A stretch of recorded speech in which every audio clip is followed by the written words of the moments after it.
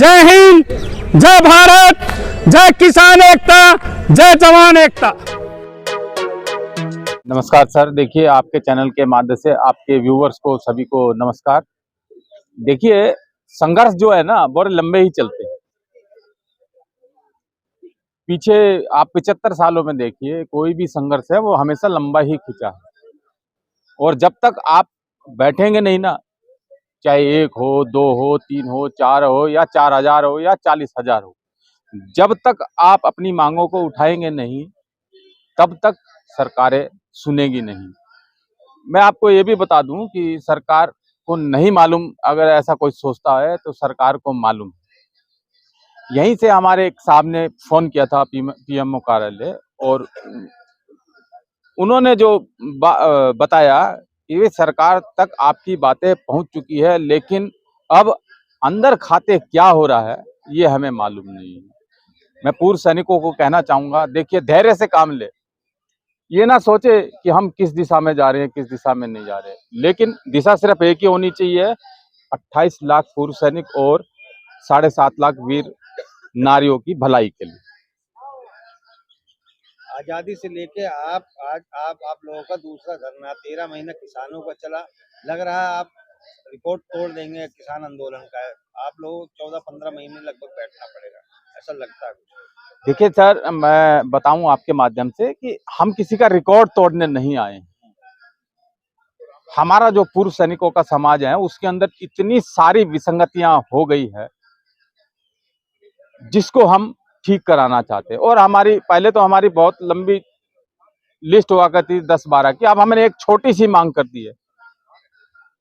3 supreme court के पूर्व न्यायाधीशों की मांग की है, वो भी सुप्रीम कोर्ट के चीफ जस्टिस। उसको तो कर दी है, उससे होगा क्या? वो क्या सुप्रीम कोर्ट कानून थोड़ी ना बनाएंगे सर, कानून तो सरकार ने बनाने हैं। विसंगतियों में जो टेबल में फेरबदल है, 30-70% का मामला है, जो मलाई सरकार खा रहे थे, अंग्रेजों के जमाने का कानून बना हुआ है, वो उसको आप चेंज कराना चाह रहे थे। उस पे आप लोग टिके रहो ना, विसंगतियों की लड़ाई लड़ रहे हो आप लोग। 3 जज तो भाई 90,000 और 40,000 60,000 करोड़ का विसंगतियों का वो कर सकते हैं जांच। देखिए साहब, जब अब जाएगा तो उस टेबल पे ये भी सारी चीजें ही जाएंगी। अच्छा, ये सारी विसंगतियां जाएंगी। यहाँ पैसे के लिए कोई नहीं आया। कल वेटरन्स डे पे कल बहुत सी जगह जो है अपना संज्ञान सौंपा गया है लोगों को। एक देहरादून में भी जो है संज्ञान सौंपा गया। तो लोग क्या कह रहे थे? आप लोग वीर नारियों की भी आवाज उठा रहे हैं जो बेचारी। देखिए वहां पे जो है वीर नारियां भी थी और पूर्व सैनिक भी थे। वो मांग उनकी सिर्फ ये थी, क्या मांग थी कि जो हमारी जो गिरफ्तारियां और जो हमारे ऊपर जो केस लगा दिए गए हैं इनको वापस लीजिए। क्यों कह रहे थे? अगर ये धरना नहीं शुरू होता तो आज तक क्या किसी ने कभी इतनी आवाज उठाई थी? लोग कहते हैं कि इस धरने का कोई फायदा नहीं हो रहा, लेकिन मैं ये कहता हूं कि इस धरने का फायदा हो रहा है। जिन अफसर साहिबानों के सामने आपकी बोलती बंद हो जाती थी, आज आप उनके सामने भी अपनी बातों को रखने से पीछे नहीं हट रहे हैं। नहीं, ये तो मैं आपकी बात मानता हूँ। पूर्व सैनिक जो थे उनकी हर जगह जो है वो बढ़ी है, चाहे मेडिकल लाइन ले लो, कैंटीन का ले लो, और क्या नाम सरकार में, सरकार को एक एक चीज की पल पल की खबर रहती है, देश के अंदर क्या हो रहा है। क्यों आप लोग प्रधानमंत्री आवास से कुछ ही दूरी पे बैठे हैं, यहाँ हर तरह के जो है इंटेलिजेंट घूमते रहते हैं, एक एक मिनट की फोटो आप लोगों की क्लिक होके जाती है। उनको पता है हमारे देश का पूर्व सैनिक जंतर मंतर में बैठा हुआ और वो विसंगतियों के ऊपर बैठा हुआ, और जयचंद भी उनके यहाँ घूमते रहते हैं जो आप लोगों की पल पल रिपोर्ट देते रहते हैं। आप मानते इस बात?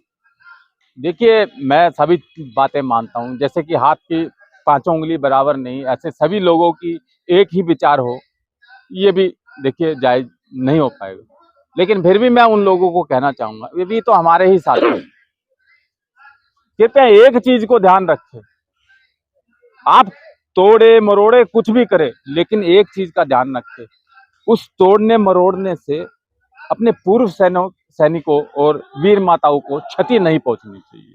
उनकी आवाज हमेशा उठती रहनी चाहिए। आवाज यहां से उठे चाहे वो उठाएं, आवाज उठती रहनी चाहिए।